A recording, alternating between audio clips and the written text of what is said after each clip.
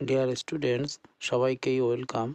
আজ আমাদের subject class 12 ম্যাথের ইন্টিগ্রেশনের একটা প্রবলেম। দেখো, i is equal to x square e to the power x cube dx. আচ্ছা, এখানে আমরা লেট করে নেব এক্স কিউবকে আমরা টি লেট করে নিই। Let X cube is equal to T. তাহলে দেখো, বোথ সাইডে যদি ডিফারেন্সিয়েট করি আমরা, তাহলে কত হবে? 3x square dx is equal to dt হবে।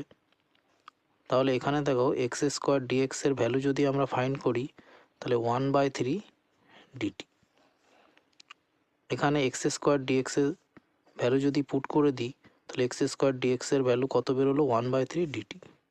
তাহলে এখান থেকে আমরা ভ্যালু পুট করে দিলে পাবো 1/3 এক্স স্কোয়ার ডিএক্স এর জায়গায় আমরা ডিটি পুট করব।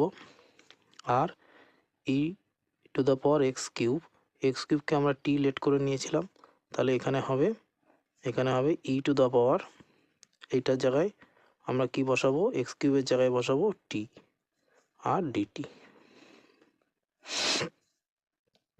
তাহলে দেখো, 1/3 ই টু দ্য পাওয়ার টি এর ইন্টিগ্রেশন কত হয়? ই টু দ্য পাওয়ার টি এর ইন্টিগ্রেশন কিন্তু ই টু দ্য পাওয়ার টি হবে প্লাস সি।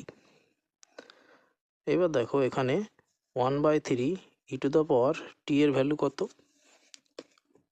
টি এর ভ্যালু আমরা এখানে ফাইন্ড করে নিয়েছিলাম এক্স কিউব, তাহলে টি এর জায়গায় আমরা বসিয়ে দেব E to the power x cube plus C.